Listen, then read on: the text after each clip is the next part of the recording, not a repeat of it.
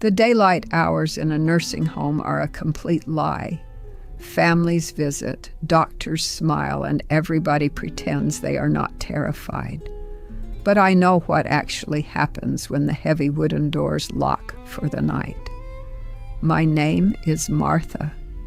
I am 82 years old, and for 22 years I worked the graveyard shift at a care facility in Savannah. You think the elderly just fall asleep when the lights go out. They don't. The darkness strips away every ounce of pride they have left, and they start talking to the ghosts standing at the foot of their beds. Let me tell you what people confess when they finally realize nobody is coming to save them. I started walking the floors at Shady Pines facility in Savannah back in the winter of 1980. I know the exact sound a building makes when it goes to sleep. The daytime nurses go home to their families. The heavy front doors lock. The fluorescent lights get shut off, leaving only a dim emergency glow in the hallways. The whole place smells like a mixture of industrial bleach, baby powder, and old stagnant air. And then the silence settles in. The doctors have a clinical term for what happens to the patients at night. They call it Sundowning. They write it on their charts with a blue pen. They say the darkness causes cognitive confusion. I am not a doctor, but I spent 22 years listening to the dark. And I am telling you, it is not confusion. It is absolute terrifying clarity. During the day, a proud man has armor. He has the television blasting game shows to drown out his own thoughts. He has nurses bringing him meals. He has the physical distraction of being alive. But at 2 a.m, there is no television. There is no nurse asking about his blood pressure. There is only the dark, and a mind left completely alone with every single thing it never said. You think the words you swallow just disappear. You think that apology you refused to give your wife in 1975 just evaporated. It didn't. You swallow your pride at 30, and by the time you are 85, it has turned into a boulder sitting right on top of your chest. And in the middle of the night, you cannot breathe under the weight of it. I saw it every single shift. I saw men who had fought in wars reduced to weeping children, begging the empty corners of their rooms for forgiveness. Which brings me to November of 1999. We admitted a man named Henry into room 14. He was an 80-year-old retired farmer from out near Statesboro. He had hands like thick, cracked leather, and a jaw set like a stone wall. Henry was the kind of man who thought vulnerability was a disease. His daughter Evelyn came to visit him every single Wednesday afternoon. She would sit in the vinyl chair next to his bed. She would bring him sweet peach tea in a thermos. She would try to hold his hand, and Henry would just stare out the window. He wouldn't give her an inch. He answered her in grunts. He projected this aura of absolute, untouchable strength. He wanted everyone in that building to believe he was an island, a man who needed absolutely nobody. Evelyn would leave crying, wiping her eyes by the elevator, and Henry would just adjust his blanket and turn on the baseball game. The daytime nurses thought he was just a mean, bitter old man, but they didn't see him at night. I walked those quiet linoleum hallways with a little yellow clip-on flashlight attached to my scrub top. My shoes had soft rubber soles, so I wouldn't wake the patients. I was a ghost watching other ghosts. It was a Tuesday night, bitter cold outside. The wind was rattling the glass panes in the lobby. It was 2:15 in the morning. I was walking past room 14 on my way to the supply closet to get some fresh towels, and I heard a voice. It wasn't a call for a nurse. It wasn't a moan of physical pain. It was a deep, broken, desperate sobbing, the kind of crying that tears your throat apart. I stopped in the hallway.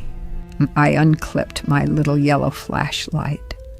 I pushed the heavy wooden door open just a few inches, and I saw exactly what Henry was doing when he thought nobody was watching. Henry was sitting on the edge of his narrow mattress. His bare feet were touching the cold linoleum floor. The room was pitch black, except for the faint orange glow of a street lamp cutting through the plastic blinds. He wasn't looking out the window. He was staring directly at the empty green vinyl chair in the corner of the room, the exact same chair he ignored his daughter in every single Wednesday. His shoulders were violently shaking. This proud, stone-faced farmer was weeping like a terrified child. He was clutching something tight against his chest. I squinted in the dim light. It was an old, cracked leather wristwatch, and the strap was practically falling apart. And then he spoke to the empty chair. "I'm sorry, Charlie. I'm so sorry." His voice was completely shattered. It sounded like glass breaking in the dark. I stood perfectly still in the doorway, my hand covering my little yellow flashlight so the beam wouldn't startle him.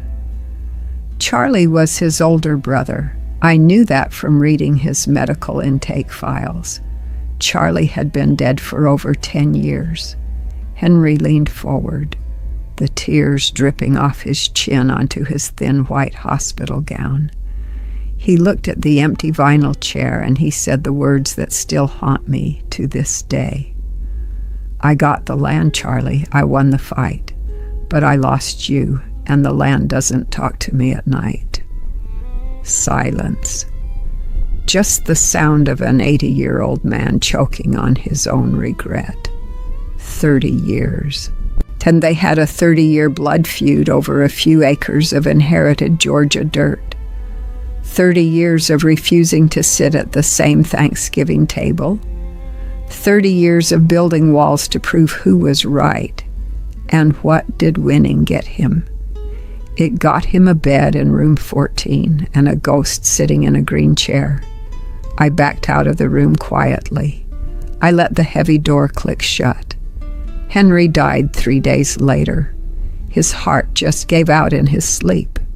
The following Tuesday, his daughter Evelyn came to the facility. She brought 3 flat cardboard boxes to pack up her father's entire existence. I walked in to help her fold his scratchy wool sweaters. I opened the top drawer of his bedside table. I reached all the way to the back, underneath his spare reading glasses, and I pulled out that cracked leather wristwatch. I placed it gently into Evelyn's hands. She looked down at the scratched glass face. All the color instantly drained from her cheeks. Her hands started to tremble. She looked up at me and whispered, "My father told me he threw Charlie's watch into the Ogeechee River 30 years ago." He lied. He lied to his own daughter for 3 entire decades. He chose to look like a cold, heartless winner, rather than admit he was entirely broken over losing his brother. He kept that watch hidden in his pocket like a terrible, heavy secret. Here is what you need to understand before you end up in a room like Henry. Your pride is a very, very thin blanket. It might keep you warm during the sunny afternoons. It works wonderfully when everyone is looking at how strong and stubborn you are. You can wrap it tight around your shoulders, win the argument, and walk away feeling completely justified. But at 3 in the morning, in the absolute dark, pride does not protect you from the freezing cold of the things you left unsaid. The apologies you swallow do not just disappear. They do not magically dissolve because you refuse to say them out loud. They sit at the bottom of your throat. They fester. They rot. And they wait patiently for the night when you no longer have the physical strength to push them down. You will end up begging for forgiveness from an empty chair. Do not wait until the only person listening to your deepest confessions is a tired night nurse standing in a dark hallway. Say the ugly, vulnerable, desperate truth right now. Pick up the phone in the middle of a Tuesday afternoon. Apologize while the person you love can actually hear you. And because winning the argument is the loneliest prize in the world, look at me. I spent 22 years watching proud people die with a throat full of secrets.